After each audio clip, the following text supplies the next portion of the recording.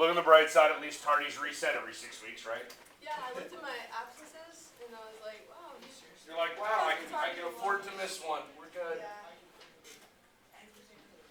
Okay, so here's the deal. I'm not getting through this today. I know I'm not getting through this today. There are some questions on the quiz that are going to be about things that I'm not going to get through today. Okay, so use the PowerPoint, do the quiz. They will not, however, be on the test. Okay, so I'm going to take all Westward expansion off the test today. All right, all we're going to cover is sort of Jacksonian democracy and then economics. All right, and so your test will be, I don't know, maybe it'll end up being slightly redundant, which is fine. I think we got through. Did we get through slavery yesterday? What did we get through? Cotton. Cotton is the important one that I want to understand. We have to hit slavery again when we get to the next unit and we talk about like causes and lead up to the Civil War. We understand? Okay. So, that's going to bring us to farming. And again, there are some significant economic shifts that are happening around this period of time. So when we look at things that are going on in the first half, so basically the antebellum period of the 19th century, right? What that means is pre-Civil War. Okay? The United States is rapidly expanding in terms of territory, right? We purchased Louisiana. We're eventually going to go to war with Mexico, and I was trying to get to that today, but I'm not going to. In order to obtain the territory you are currently residing in, right, as well as a number of others. Okay? Essentially the Southwest United States, and then even the Gadsden Purchase, which is like southern Arizona. Okay? So all of that creates some significant, I want to call it backlash, but there is, it results in things, right? Like it's going to create change and opportunity within the United States. Okay, so early on, one of the things that we realize is this middle area, right? What we call the Midwest today. There's a lot of land there. That land is easily accessible, and it actually is pretty good farmland, right? I think I told you that we assumed it was a desert. I say we. White folk assumed that it was a desert because Native Americans didn't grow food there, yes? So white folk just assumed because you didn't have agriculture there, therefore that must be areas unconducive to agriculture. We learned that that's not true, right? Agriculture is conducive to agriculture. And so one of the things that we're going to do is we're going to start selling off that land. And that's actually during the 19th century a significant money maker for the United States government. The United States government can sell land. Okay? And it sells it good God, I mean like ridiculously cheap in comparison to today. Right? How much money do they think an average person make? Not very much. Okay, but $1.25 an acre, right? No, back then. Oh God, an acre of land today, dude, you want to go to New York? Go to Manhattan. You try to buy an acre of land in Manhattan, it's going to be $500 million.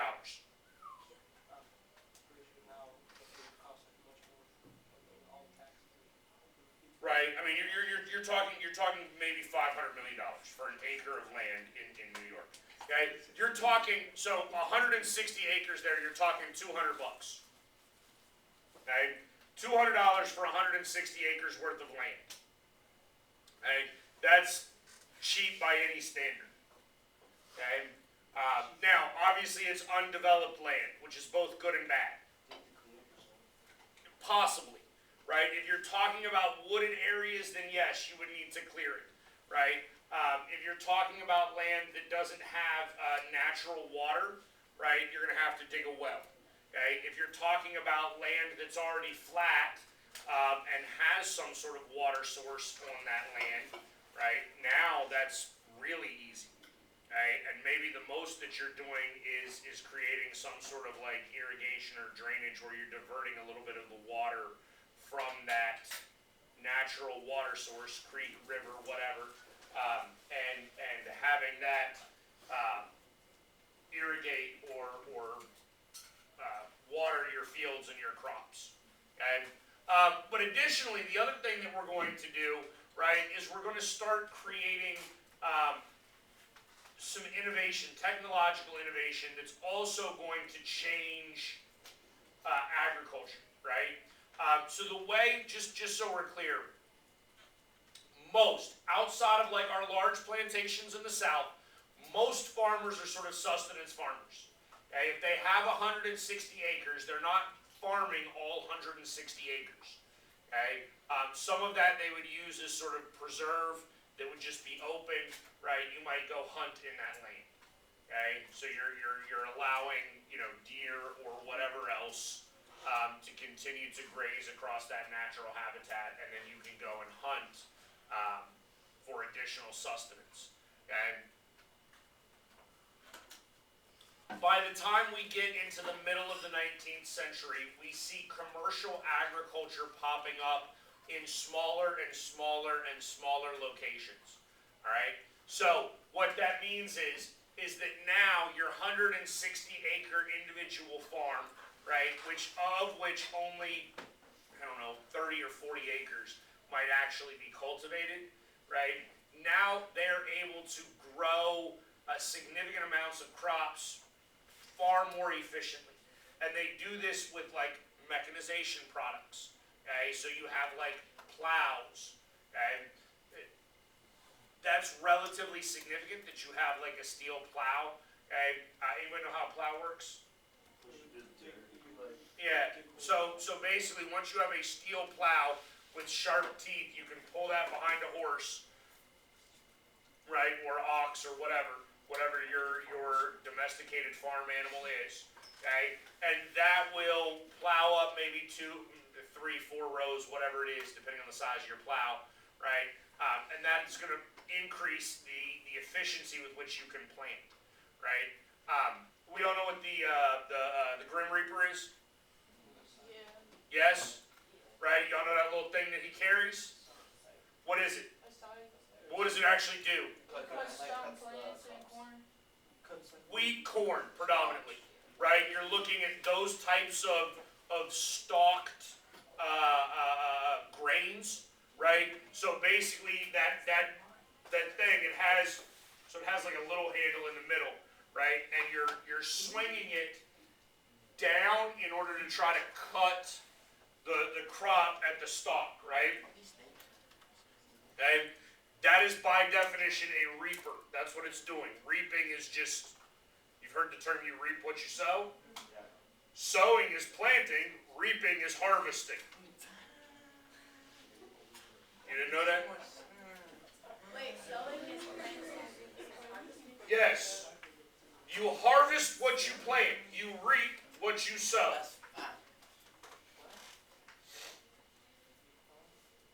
You harvest what you plant, so you reap what you sow. So sowing is planting and reaping. Look at McCormick, bro. He makes my spices and my spice happen. Not the same McCormick, right?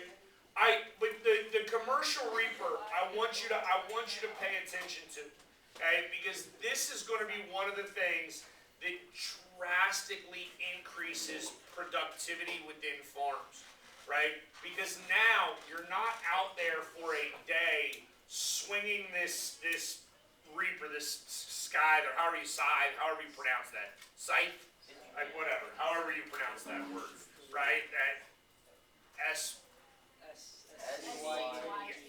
there's like a Y and TH or whatever. I don't care. Right? We are not at this point doing that, right? Like we're not having to do that by hand, okay? Because obviously as you cut it down, you then have to sort of bundle up what you get, and then you put that in some sort of horse-drawn cart. It's a very labor-intensive process, okay? I cannot stress this enough. I mean, we live in Texas, and so maybe y'all have some level of understanding or idea, but like, I used to teach in cities, and that was always comical to me because people, like grown adults, right? Like if you go into San Francisco right now and you ask a grown adult, like just go walk down the streets of San Francisco and be like, where does food come from? They're gonna be like, the supermarket? No, that's not where it comes from. That's where you purchase it. Okay, they have, like, people have no idea, right? Fun little story. Y'all know, what was it called? Was it Chad?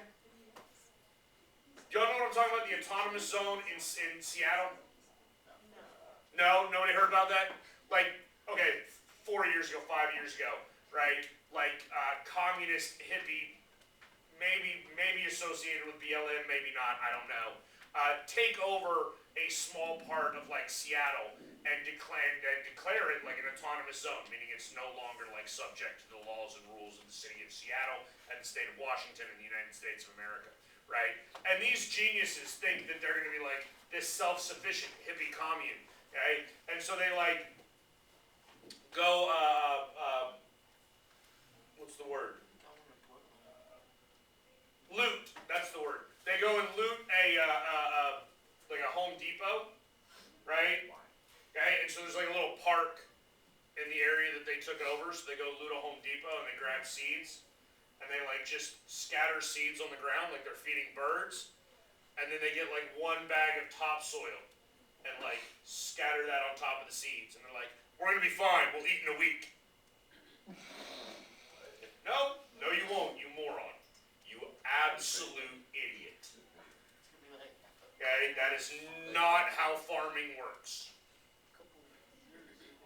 Okay? Farming is incredibly labor intensive and incredibly difficult. Okay?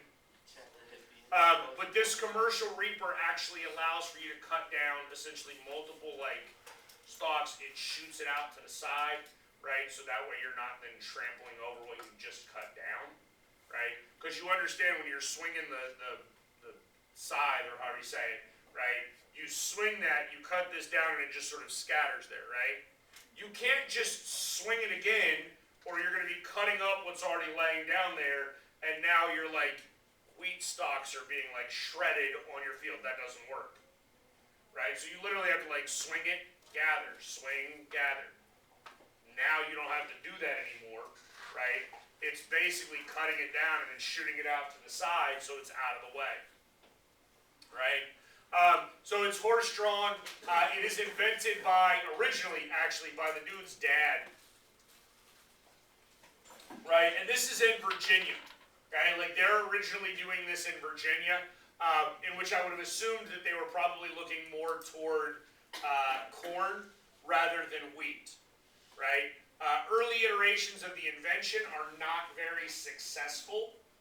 Okay, and they're not very successful because they lack or they have some difficulty in various terrains or various conditions, right? So it's not very conducive. Cyrus McCormick is going to sort of further it. He ends up getting a patent for his invention, and he and I think a couple of his brothers like relocate to Chicago. Which at this point, Chicago is like the center of the Midwest, right? Chicago is going to be the home of all sorts of like Midwestern industry and commercial agricultural endeavors. Okay? So they move out there. They actually create their own little shop manufacturing plant. They're going to manufacture these commercial reapers or these mechanical reapers. They're relatively successful in it. That coincides with some good marketing strategies, coupled with the railroads, right? So again, we talked about this yesterday. All of this stuff is happening at the same time, yes? The railroad is affording them an opportunity to expand their reach for the people that they're trying to get, right? So they're able to sell their product to more people. And ultimately, it's really going to be sold sort of predominantly in the Midwest, right? Kansas, Nebraska, that area, and it's looking a lot more for wheat than it is for anything else, right?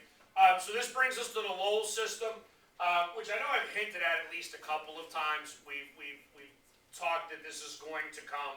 right? The Lowell system is textile mills, okay?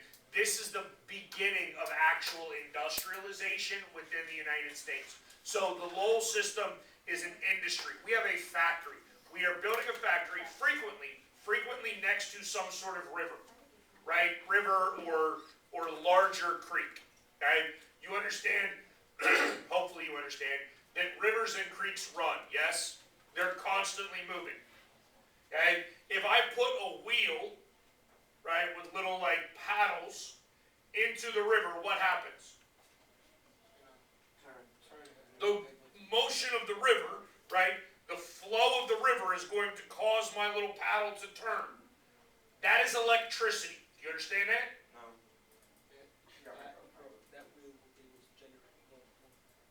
That's how you generate electricity.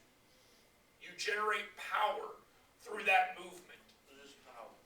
What? It's not like an electrical current, it's just power. It's power, right? Yes, it's not like a AC or DC electrical current. It's not a current, but it's power. Okay, currents are down the line a little bit. All right,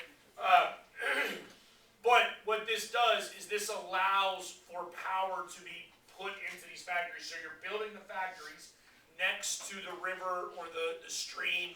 If you are lucky enough to have, excuse me, have some sort of like small waterfall within that creek, right? That's a little bit greater force than a slow-moving, river, right? If you don't know anything about rivers, basically the deeper the river, sort of the slower the movement, right? So if you have really shallow, It's like the What? beach in the swing.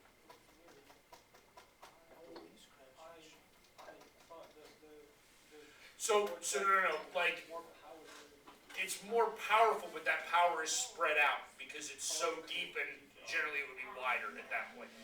Because you're not gonna find a river the width of this room and 30 feet deep. That's like a canyon, right? And even then, it would be deteriorating the sides and it would continue to widen because of force. Okay, but that power is then spread out, right? Whereas and obviously you can't have like a trickle of a stream. That's not gonna have any power either, right? But if you can find some small like waterfall, like a 10-foot drop, right, with a decently sized water source, that can generate a fair amount of power. So anyways, they're going to build factories, right? They're going to build textile mills specifically. So what this means is now this affords the South the opportunity to send their cotton to the North, and the North is going to make textiles, right? So now cotton does not have to go all the way to England. This is both good and bad. It helps or aids American economic activity altogether, right? So it's going to aid American economic activity altogether because now we're going to be creating finished products inside the United States, and those finished products can then be turned around and sold back to people in the United States, and that, right, that is going to lead to economic growth. Okay, this is one of the reasons why we end up with tariffs that are sort of aimed at American protectionism in order to try to promote American goods. Now, the downside is this is going to create some resentment between the North and the South, and it's going to further the animosity, even as it pertains to economics. Because the South will sort of get mad at the North. The North is benefiting from slavery. Make no mistake about it, right? The North can purchase Southern cotton at cheaper rates because the South doesn't have to pay labor costs. Okay? But then the North also sort of wants to demand the economic prosperity they're getting by turning Southern cotton into textiles, but also demand that the South sort of change the way that it operates.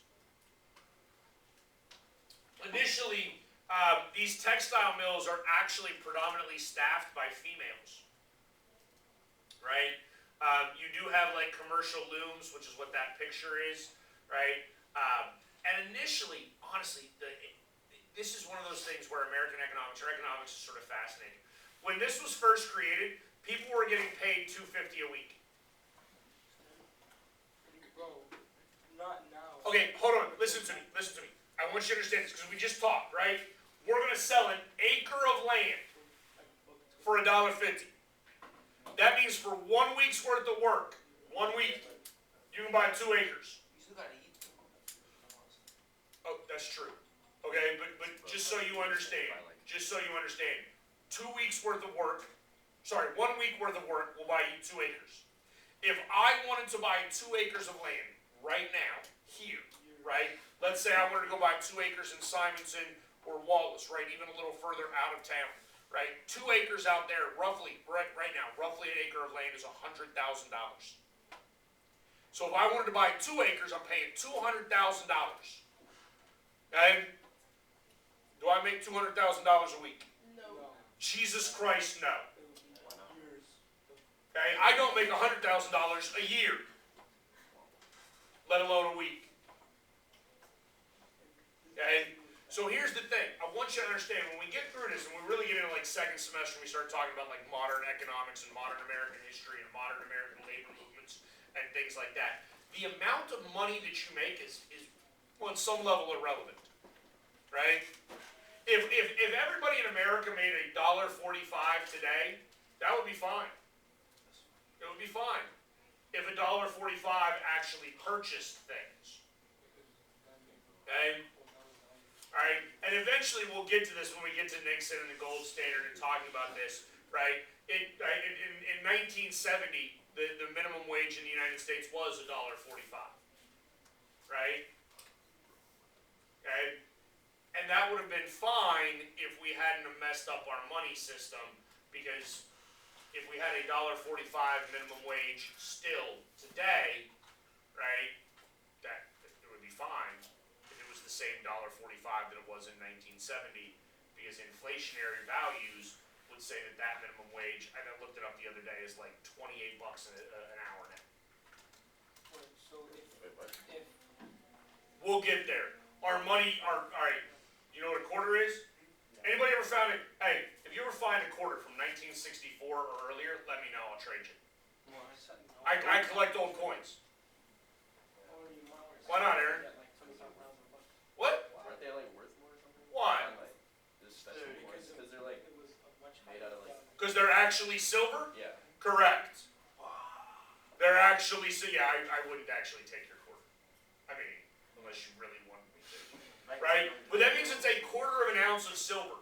Right? So 1.45 ounces of silver today is almost $30. If you use it at the cash register, though, it's gonna be worth 25 cents. Yes, don't do that. Yeah, that's why you gotta like sell it. Don't Like, do that. So how do you sell it for 30 bucks? like on eBay. No, you go take it to a pawn shop. A pawn shop's not gonna give you they're not gonna give you market value for it. Right? But you can go sell, I mean, shoot, I sold, alright, I'll just tell you, I sold my first wedding ring for, no, I don't remember what I sold it for, but it was gold. I mean, it was white gold. So like, I sold it to a pawn shop, and they weighed it, and they were like, this is half an ounce of gold or whatever, right? So a half an ounce of gold, let's just say for the sake of argument, a half an ounce of gold is $400, right? They were like, we'll give you $300 for it, and I was like, hey, that's $300 I didn't have, and I don't want this ring anymore. Alright, we're done with that conversation.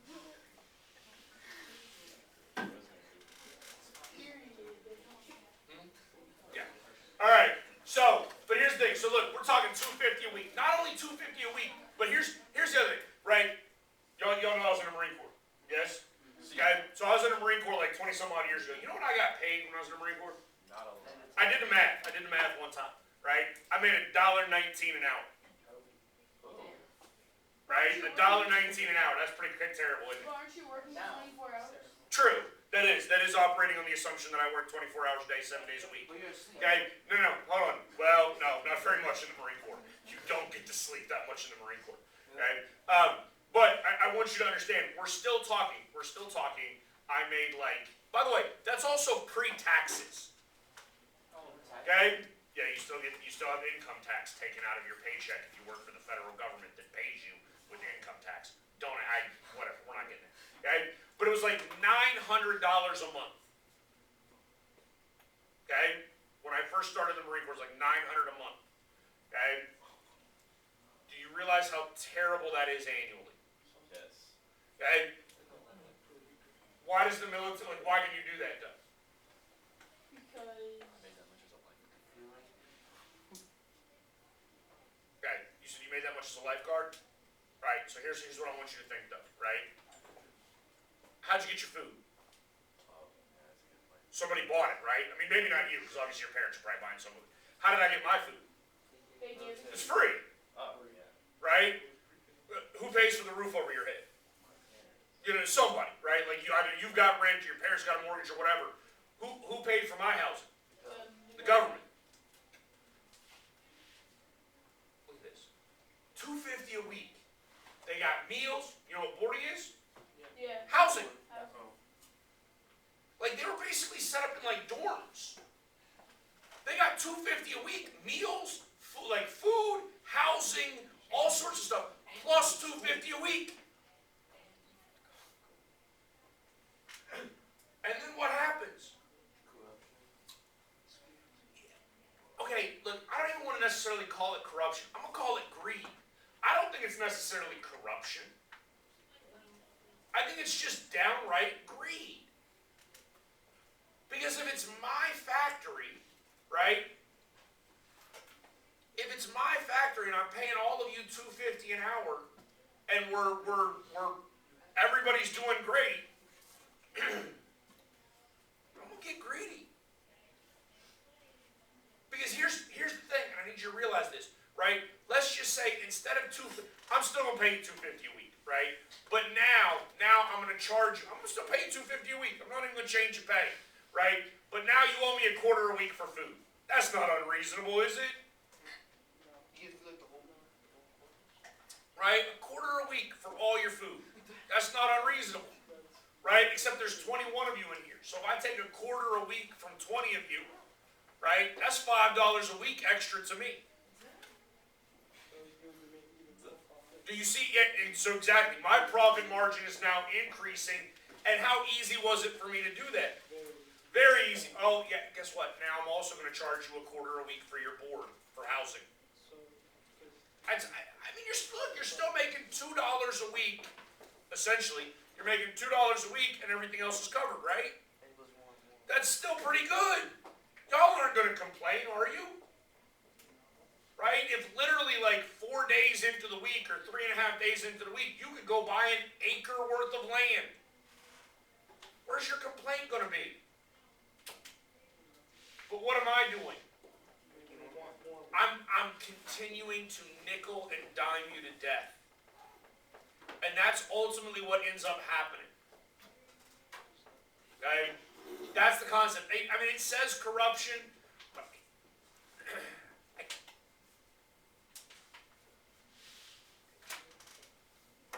Is that corrupt? Well, I mean, the question is greed corrupt? And I don't know that I would count greed as corrupt. I think some people can count greed as corrupt, right? I think greed is just human nature. But look at it this way too, right? I've provided all of you with housing, yes? Right? Let's just pretend for the sake of argument Sophia has an anger problem, right? So she gets angry all the time and punches holes in her wall. Do I need to come out and fix that, or should she fix that? You. Why should I have to fix her damage? He paid you for it. She's not paying me. It's free. It's part of her. Oh, still. You're so silly. But here's the thing. Now let's just say Sophia doesn't have an anger problem, right? But there's a leaky pipe in the house. Whose responsibility is it to fix that? It's free though. I mean, according to this, yeah, it's free. Just so you understand, economically, there's no such thing as free. Yes? No. Because the reality is, if I told you, hey, I'm still going to pay you $250 a week, but you're going to pay me a quarter a week for food, right? Isn't that the same thing as saying, well, I used to pay you $275 and I just kept a quarter for food. Now I'm paying you $250. And I'm just still taking a quarter for food. There's no such thing as free. Right? You're paying for that house one way or another. You're paying for that food one way or another. Okay? So, yes, the living conditions go down. Things do end up in disrepair. this gets into morality now, right? What do you think somebody's moral obligation is to another human being? Right? Alright, so the low system is going to create basically urbanization, right? So as industry begins, we're going to see urbanization. So we're going to see significant increases in manufacturing jobs, and we're going to see significant increases in urban population growth. That means people are now moving into the cities. And again, this is one of the reasons why you had to have these dormitories, right? Because the industries, the factories, need to recruit workers, okay? And generally, they're recruiting women from more frontier, rural areas, right? Because we're talking about the 19th century, okay? So if Maddie turns, 14, right, in western Pennsylvania, okay, and she doesn't have any prospects for marriage, okay, what are her options? Could she just go buy land and start her own farm? No. Because she's a female. Women can't own property. So their husbands die. There's instances in which they can keep it in the event that a husband passes, but even then, it frequently goes to a son.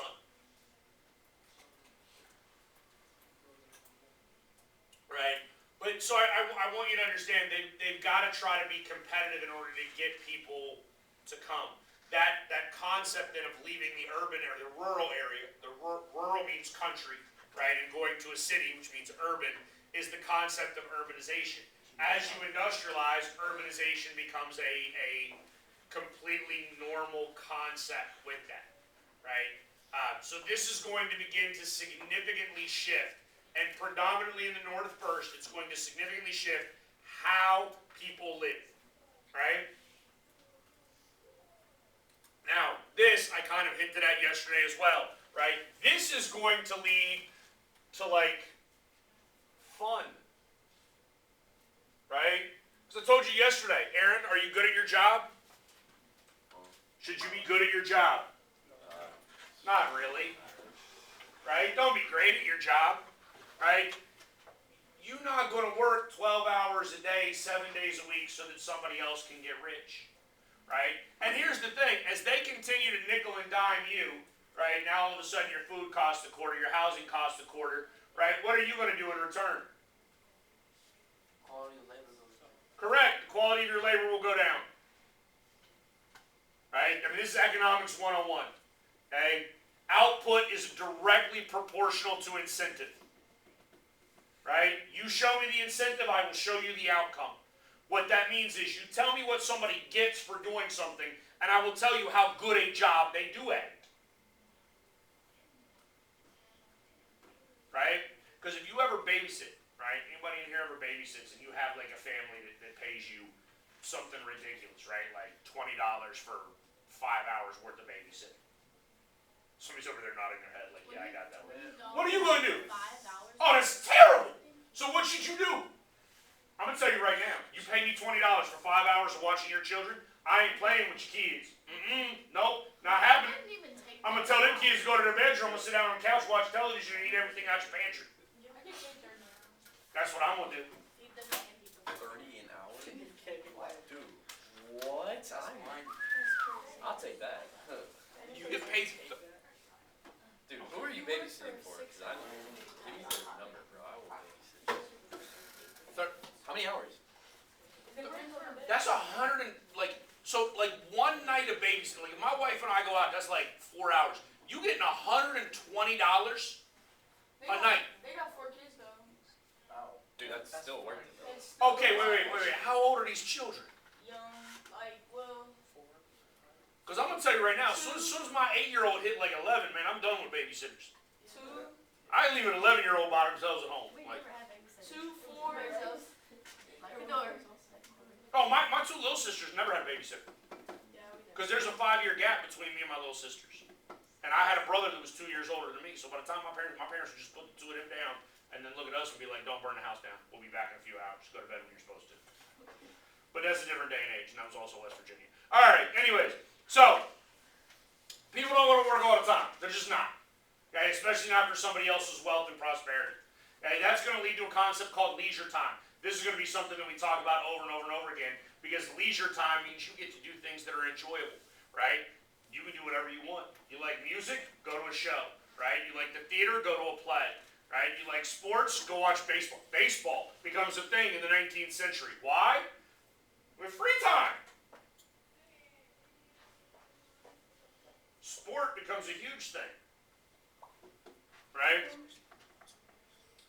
So does alcohol. I mean, let's be honest, you got free time. Why wouldn't you sit around and drink?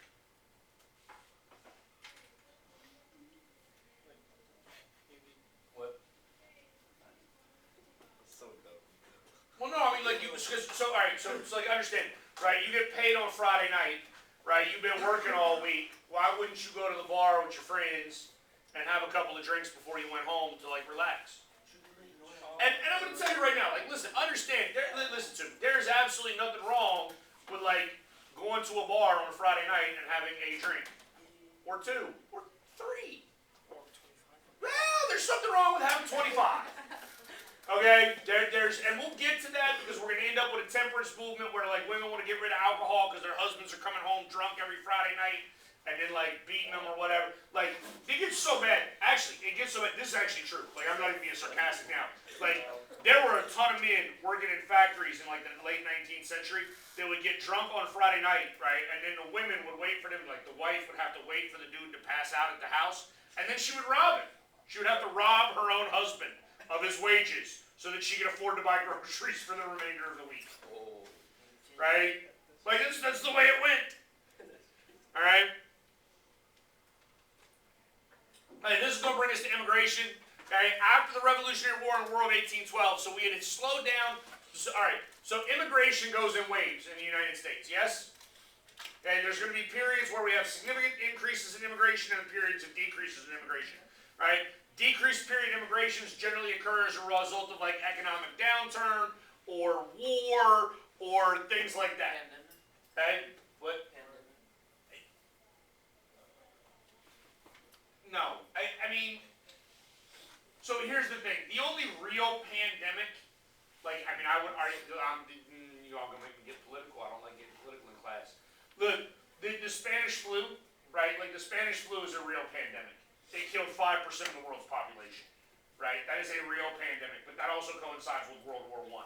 So there was not much movement or much immigration at that point anyways, other than displaced people who are, like, fleeing from war-torn areas. Right? And that kind of immigration within war always happens. But the United States, we're actually very lucky throughout history, right? We don't fight wars in this country. We don't. We fight wars in other people's countries, right? We go to your house and kick your ass. That's a lie. We don't do that anymore. We used to. Okay? Now we go to other people's houses and get slapped around a little bit, and then we're like, hey, we don't even know why we're here. Bye. Yeah, that's true. We'll get to that. All right. Okay.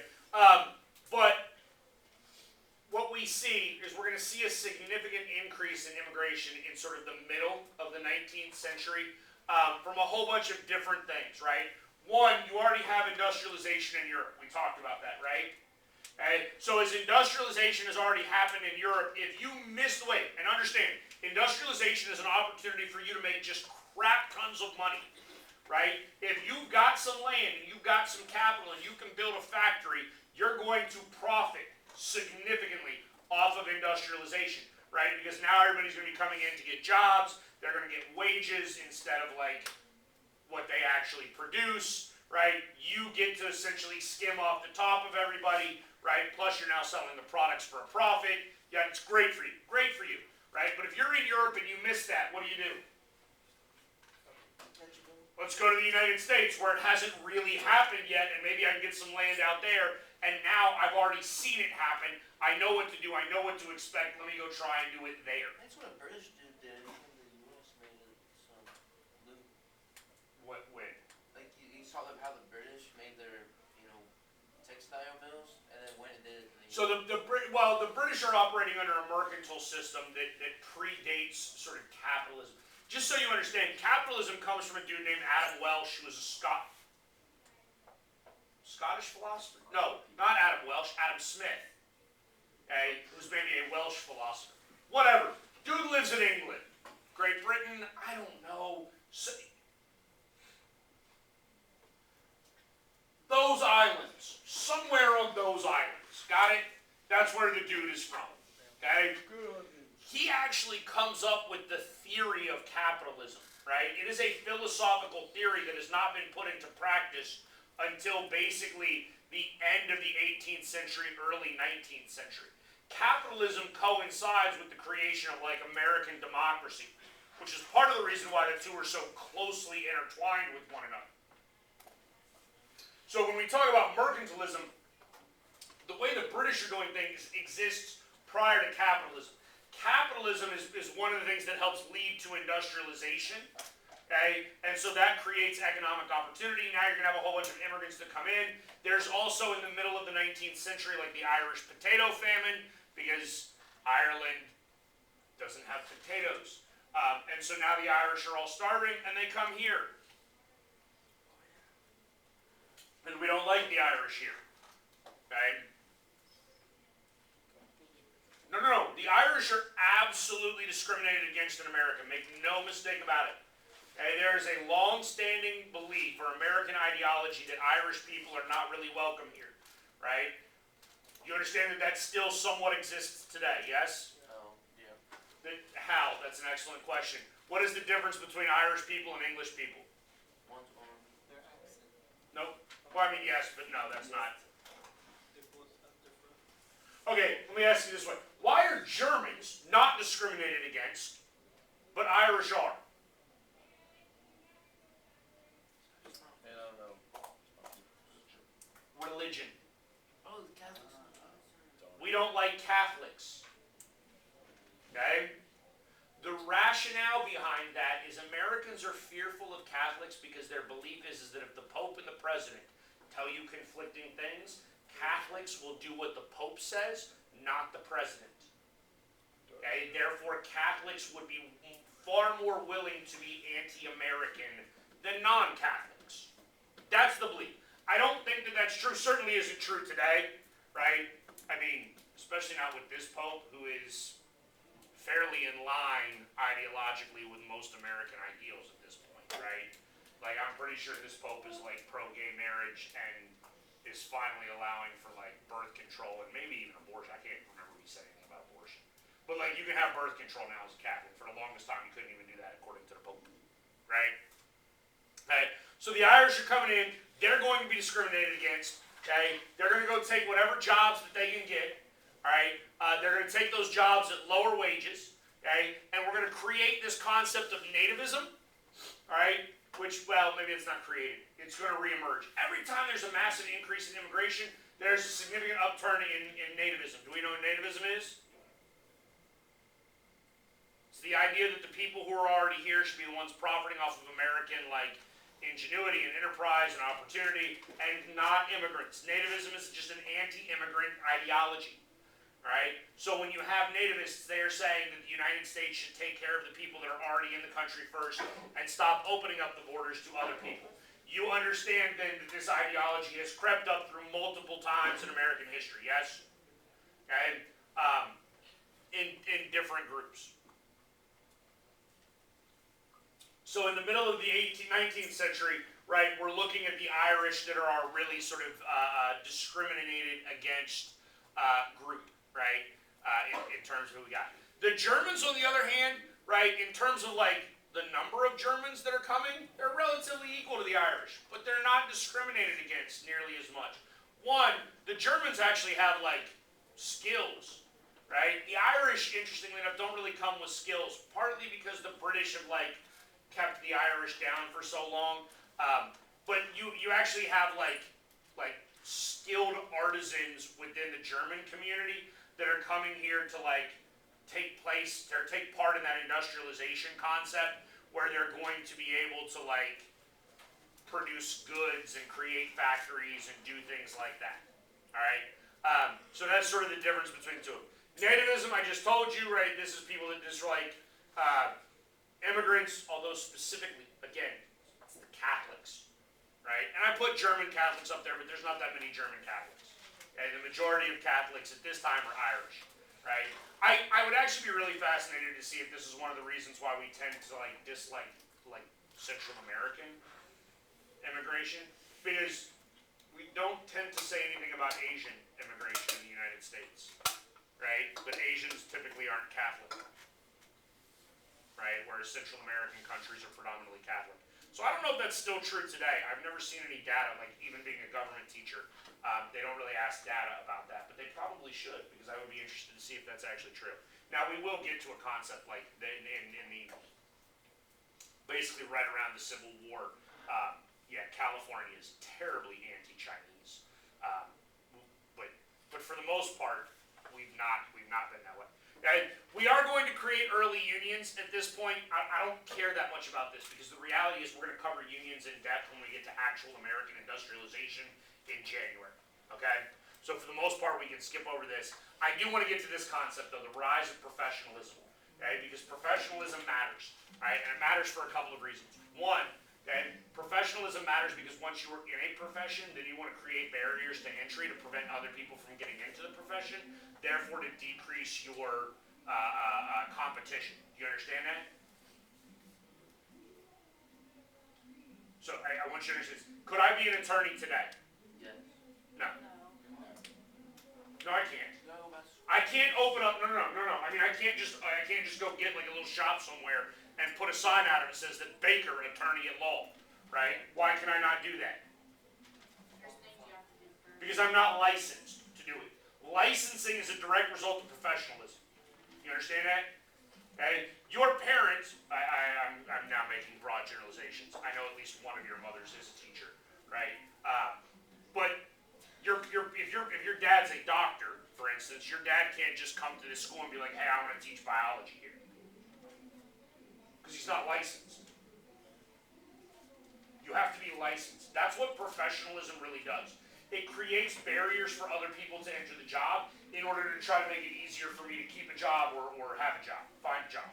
So it's a good thing and a bad thing. It's good and bad. The good aspect of professionalization is it actually creates like standards, right? You understand if anybody, like if I could just hang up a sign right outside my classroom that was like, Baker, medical doctor, and then you came in and you're like, I have a cough, and I was like, hey, stick this leech on you. Oh God, you're gonna die, right? Like, it's not a good thing. I would want doctors that are actually like trained, qualified, and have a clue what the heck they're doing, right? So that aspect of professionalization is actually really good, but some of the other aspects of professionalization are not good. It's gotten to the point now where we've probably tipped the opposite way. You understand that like to be an interior decorator in California, you actually have to pass like standardized tests and get a license to do that, right? And I've always been curious because I would love to go find the test. Like, what is on that test? Polka dots don't go with stripes. Like, is that what you have to write on the test so that you can like decorate the inside of somebody's house? License. You need in California, yes, you need a license to do that. You know, like, what, Right? And here's the thing. There's a part of me that's like, oh, you have to have a license to be like a barber. Like, okay, fine, I guess, because you're dealing with scissors and theoretically you could cut somebody and then they could bleed. And I probably want to make sure that you're not contaminating other equipment. Like, fine, maybe that one. The interior decorator, dude, I don't get it. I just don't get it. Okay, because I'm out of time. Oh, okay, so you're gonna have to look at this on your own. This will be on the test, the American system.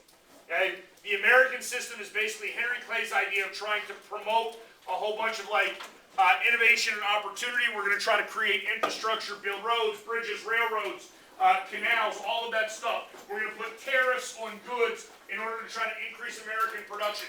This is an economic system aimed at pushing America forward economically and capitally, right? In terms of capitalism, okay? The rest of this, once we get into Tyler, don't even pay attention. It's going to be on the quiz, but just like Google